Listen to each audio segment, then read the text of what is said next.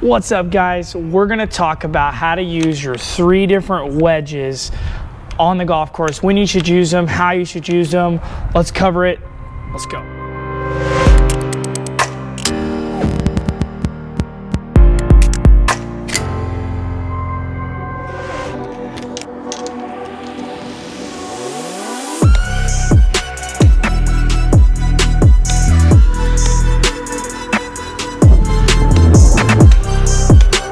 All right, when it comes to using your wedges, we need to have the right gapping. Now, everybody's a little bit different. I'll tell you how I use mine. I like a 4-degree gap between everything. So my pitching wedge is 46, then it goes 50, then it goes 54, and then I have a 6-degree gap between my 54 and my 60. I don't mind having that little bit of gap there. That's how I personally like it. Some people go 5-degree gap in between, depending on what your pitching wedge is. You know, standard, even if there's a standard now, is 46. A lot of companies are going to 45. I've seen some as low as 44. Crazy, right? But anyways, let's talk about how you want to use these. So biggest thing I'm going to tell you is you want to flight your wedges low. You don't want to get them high in the air. You want to keep them low.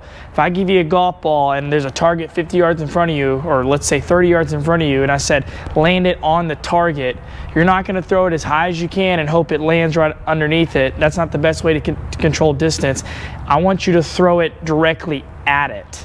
If you throw it directly at it, you're going to have better control. So if you flight the ball low and flight it straight at the target, you're going to control your distances better. So coming into my second point, I don't like to hit full shots with these wedges. It's not about how far you can hit it. It's about, can you hit the number? Especially on tour, when these guys are trying to make birdies, you've got to hit the number. You've got to flight it low. So instead of taking a 60 and trying to flight it super high in the air, we're actually going to try to saw these shots down, put it a little bit back in the stance, lean those hands forward, and we're going to finish nice and low just like this. So I'm going to hit about a 60-yard shot here. And that's decently low there. It's a nice penetrating flight. It's not getting high in the air. For those of you watching that are scoopers that tend to hit it super high, that is a problem where you're coming into impact and you're releasing it like this. There's not enough chest turn and there's not enough lead arm getting out in front. You're turning the chest with the lead arm trapped, and then you're throwing the club head at it and you're scooping it. You've got to get the chest turning and you've got to get the lead arm pulling and trying to feel like it's getting off the body. So we've got to flight these shots low. So a little bit back in the stance, left, weight on your left quad, hands forward, just like this. And then we're going to flight these shots nice and low.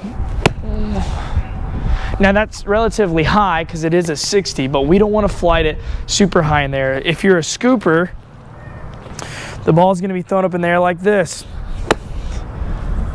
So that's significantly higher, and you're going to have a hard time controlling distance. I'll have a whole other video talking about hitting your numbers when it comes to dynamic loft, contact, etc. I'll have a separate video just for that.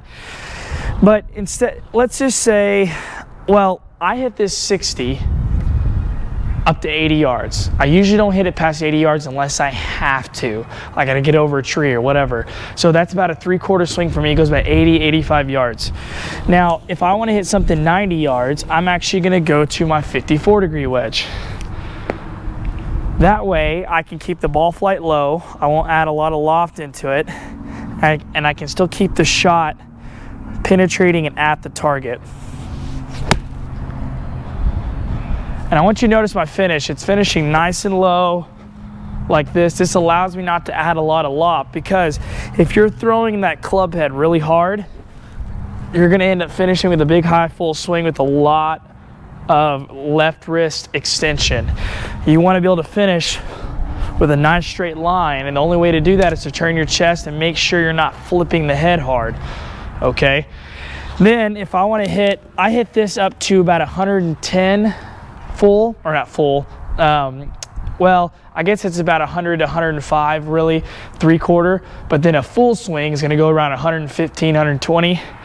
Well, if I wanna hit something 100 yards, or let's say 110 yards, I'm sorry, or 115, what I can do is I can make a 3/4 swing, or between my half and 3/4 swing. And I can still flight it really, really low. Okay. Now, let's just say I need to flight something lower and I want to have kind of maybe a 3-hit hop. So stop, like boom, boom, stop. All right. Well, let's just say I'm going to 90 yards. Well, instead of grabbing my 54, I'm going to grab my 50, put it a little bit back in my stance, and I'm going to hit this thing 90 yards.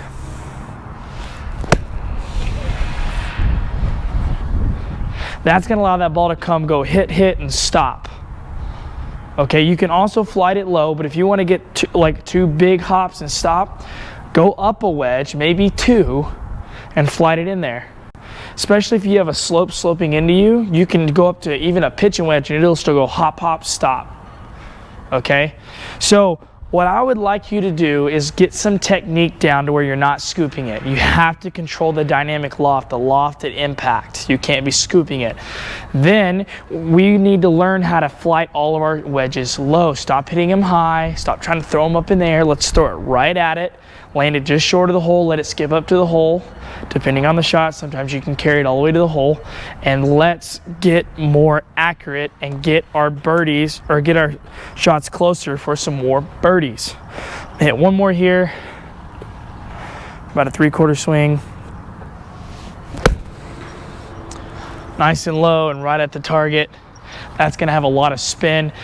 Guys, if you're a scooper and you don't really know how to fix that, you're struggling, come seek some instruction. I'm gonna have a link below to where you can book a lesson online or come see me, and I can walk you through my proven process on how to fix the scoop.